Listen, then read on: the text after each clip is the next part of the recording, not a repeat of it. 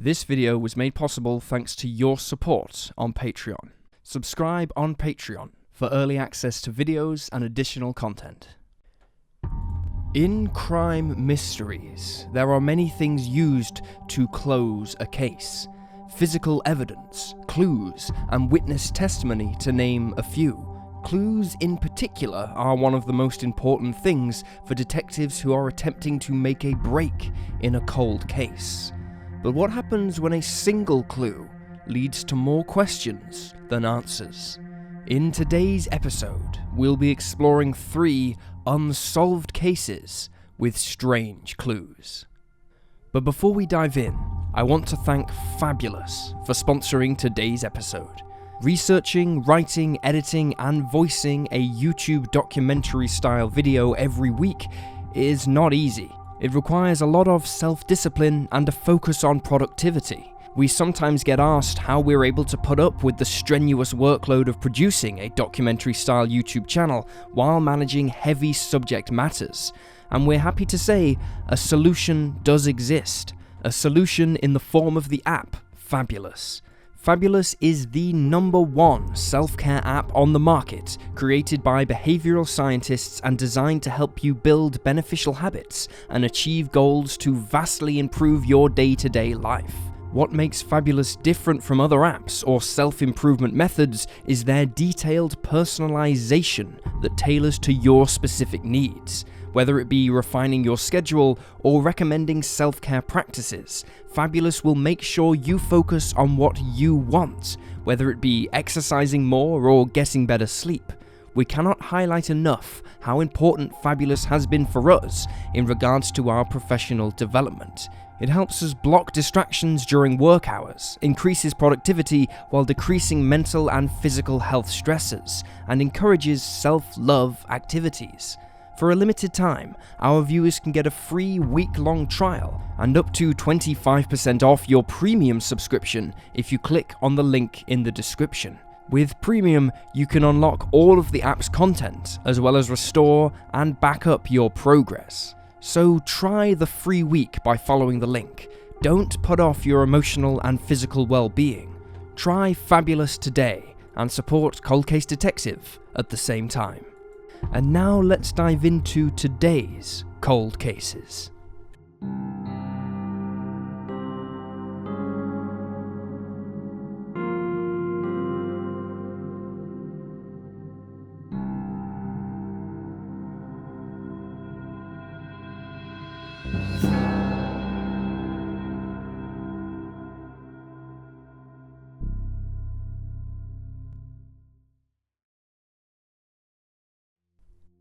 Ethel Hughes. Born on April 1st of 1885 to Daniel and Georgiana Smith in Franklin, Indiana, Ethel Emma Hughes had grown up as the youngest of 4 siblings, having 1 brother and 2 sisters. She lived an ordinary life, marrying Benjamin Hughes in 1902. The couple were together for 30 years and had 5 children together. Following Benjamin's death in 1932, Ethel did not remarry, living alone in a 3-roomed house in Elwood, Indiana, a city of which she was a long-time resident. On August 8th of 1964, 79-year-old Ethel alerted the police when she began to receive a series of disturbing phone calls. Officers responded to her request for help and headed over to her home at 704 South 24th Street, where she explained that she was being harassed by an anonymous caller who'd phoned her on numerous occasions to say obscene things. The officers filed a report, and just days later, Ethel called them again. This time, the unknown caller was threatening her life. Over the next few days, Ethel made several calls to report strange noises coming from within her home late at night. Although officers attended the scene each time, they never found anything unusual. From here, it becomes unclear what occurred exactly over the next few weeks, and whether or not Ethel continued to contact the police. What we do know is that on September 26th, Ethel's daughter, Eleanor, called her repeatedly throughout the day, but received no answer. Worried about her elderly mother, she decided to drive over and see her shortly before midnight. Eleanor knocked on the door, but got no response. She tried the door handle, but it was locked, so using her spare key, she let herself inside. What she found at the back of the house, in Ethel's bedroom, horrified her. There, on the bed, covered in blood, was the body of Ethel Hughes. Ethel's end had been violent. She was face up on the bed with a pillow over her face, and she'd been beaten around the head, face, chest, and torso, with a large laceration on her forehead. Both a flashlight and a ball-peen hammer were recovered from the scene, both of which were suspected of being used in the assault. Authorities later specified that she was not sexually assaulted. The 79-year-old's cause of death was established as a massive hemorrhage, which was the result of her liver rupturing during the attack. Her death certificate placed her death somewhere between 9:30 on the evening of September 25th and 9:30 on the morning of September 26th. She was last heard from on the evening of September 25th, when she called Eleanor at around 9 p.m. It was noted that nothing seemed out of the ordinary during this chat. About half an hour later, Ethel called a friend, and the pair spoke about the unidentified caller who had been harassing her.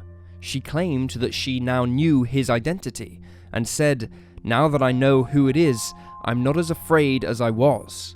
However, Ethel did not reveal the person's name. Authorities quickly ruled out robbery as a motive, as nothing was taken from the scene. However, they would not admit one way or another whether or not there were signs of a struggle inside the home, although they said that the receiver on Ethel's phone had been ripped from its cord and there was no sign of forced entry. This led investigators to theorize that she'd let someone in to use her phone, and that it was likely someone she knew. They added that they believed the perpetrator was local. Fingerprint testing and examination of items in the home turned up no new leads in the case.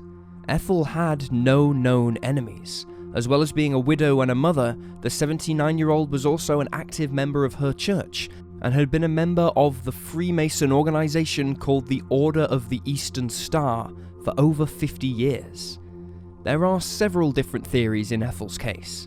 Some online sleuths have speculated that someone was living in her home with her, or perhaps in her walls, without her knowledge. Others have suggested the caller was perhaps a member of her church or family, which led her to feel less afraid. It's also been speculated that she was being harassed by a peeping Tom, or that the horrific crime was carried out by multiple people. Perhaps the caller and the attacker were two different individuals.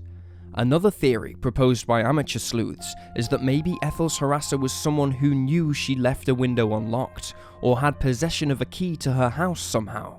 Once again, suggesting it could have been a family member. However, all of these are just theories. Ethel's case continues to go unsolved. No charges have ever been brought, and it does not appear that any strong suspects were ever located. Her mysterious caller has never been found, and what they wanted with her, why they harassed her, is still unknown. Ethel was buried in Elwood City Cemetery, alongside her husband and her deceased daughter Mary, who passed away in 1937.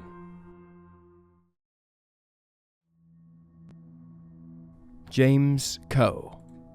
Born August 14th of 1930, James Irvin Coe grew up in Burkesville, Kentucky, where he was part of the Coe Ridge Colony, a community founded by Ezekiel and Patsy Ann Coe in 1866, following the abolition of slavery in the United States. Following James's transition into young adulthood, however, he married Roberta Allen, and the couple moved to Indianapolis, Indiana. Upon settling into their new community, Roberta and James had 6 children together. In 1957, their eldest was 7 years old, while their youngest just 10 months. At this time, James, now 26, worked part-time as a preacher and part-time as a porter at the Weir-Cook Municipal Airport, now known as the Indianapolis International Airport. Every morning, the young man made the 14-mile trip by bicycle through all sorts of weather to reach the airport. Despite having 2 jobs, he could not afford a car. Colleagues noted that he was very rarely late and never missed a day of work. On April 8th of 1957, at 5:15 a.m., James began his normal journey to work. Departing from North Keystone Avenue, he made it 4 blocks from home when a truck appeared behind him and the driver increased their speed. Alarmed, James attempted to move out of the way to let the truck driver past, but the vehicle moved with him and struck the father of 6, crushing James's skull and sending his body crashing to the curb. This incident was witnessed by a 16-year-old paper girl who was out delivering the Indianapolis Star just 300 feet from the scene. She told authorities that it looked as if the driver had purposefully hit the 26-year-old and explained that this truck was an apple green van-style truck. After hitting James, the driver reportedly pulled over a short distance from the scene and exited their vehicle. They approached the father of 6 before picking something up, tossing it into the back of their truck, and fleeing. However, the paper girl was unable to tell exactly what had been picked up, and she could not identify the perpetrator either. While examining the scene, investigators located James's wallet, which contained the photos of 6 different teenage girls, 3 of which had love notes scribbled on the back. One read, "With love to Irvin. I'm looking forward to that date Saturday night." However, the note was unsigned. It was never publicly disclosed what the other notes said. Finding this rather unusual, the police then spoke with the 26-year-old's wife, Roberta, who explained that she had found the photos a few months prior, but when she asked James about them, he refused to tell her where he'd gotten the images, or why he had them, or who the girls were. Less than 1 week after her husband's death, Roberta began receiving calls threatening her life and the life of one of her friends. Although the caller was identified as a man, his name was never discovered. The exact words spoken by the caller have never been revealed, with newspaper articles from 1957 stating only that the anonymous man was threatening. Despite the somewhat distinct nature of the van which collided with James and his bike, the vehicle has never been found. Likewise, the identities of the girls in the photographs have never been discovered. In the days following the murder, police received about 150 telephone reports in relation to James's case, but sadly none of them panned out. According to some reports, there were several possible suspects identified. One of these suspects was a local man who was scheduled to take a polygraph test in the days following the incident, but he was never arrested, and his name has never been made public. There are several different theories in James's case. Some online sleuths have speculated that the 26-year-old was attacked by the father of one of the girls whose photo was found in his wallet. This would suggest that the part-time preacher was having some kind of inappropriate relationship with the girls. Others have speculated that perhaps the culprit was a jealous lover of one of the young women. Another prominent theory is that Roberta had a friend or family member murder James for humiliating her, or perhaps because she feared for the safety of her children after finding the photographs. Armchair detectives have added that maybe the phone threats were made simply to throw off investigators. However, others have proposed the idea that maybe the images were of his high school girlfriends, while it's also been suggested that James was a victim of a hate crime and nothing more. This is all, of course, simply conjecture, as we have no real evidence to point in any one direction. It seems likely that we'll never know what happened to James. Very little evidence, if any, was left behind at the scene, and the photos of the girls in his wallet were never made public. James was buried in the New Crown Cemetery and Mausoleum in Indianapolis. Helen Tobolski. On the morning of Saturday, March 22nd, 1975, 62-year-old Helen Tobolski arrived at the University of Notre Dame, Indiana, to start her shift as a custodian. Most cleaners started at 8 a.m., but Helen preferred to start at 7, as it meant she could earn some extra money by working overtime. Her time card showed that she punched in bang on 7 a.m. as normal, and she grabbed her necessary cleaning supplies before heading to the Aerospace Engineering Building to begin her day. 2 hours later, at 9 a.m., an engineering professor by the name of Dr. Hugh Ackett entered the building. Heading from the offices to the machine shop, he found the body of Helen lying in the hallway in a pool of blood. He immediately called the authorities. Sadly, we know very little about Helen's life. She was born in New Carlisle, Indiana, on May 22nd of 1912. She married her husband, John Tobolski, in 1933, and the couple had 2 children together, although one died just age 2 in 1941. John passed away suddenly 20 years later in 1962, which is when Helen began to work at the university. She never remarried and had no known enemies. By all accounts, she enjoyed her job and was well liked by the staff at the university. This fact made her murder all the more baffling. When law enforcement arrived at the scene of the crime, it was determined that Helen had been shot, specifically with a small caliber weapon from behind her left ear at close range. Looking around the classrooms, the police noted a strange message scribbled on a blackboard near to where the 62-year-old's body was found. It read, 2/21/75. The day I died. The message has never been confirmed to be in Helen's handwriting, but investigators suspected that she was forced to write the message and got confused about the date while in a state of panic. Upon questioning staff and students alike, no one came forward to take responsibility for the message, although it is still possible that it's unrelated to the case. Nevertheless, authorities took the blackboard as evidence. Helen's body was located at the north end of the hallway, while her mop bucket, unused, stood at the south end. The doors to the building had been locked on Friday evening, but it was noticed that the door near the 62-year-old's body had been forced open, and a small window on it was broken, suggesting that someone broke the glass to unlock the door. This led investigators to believe that the culprit was already in the building when Helen arrived to start work.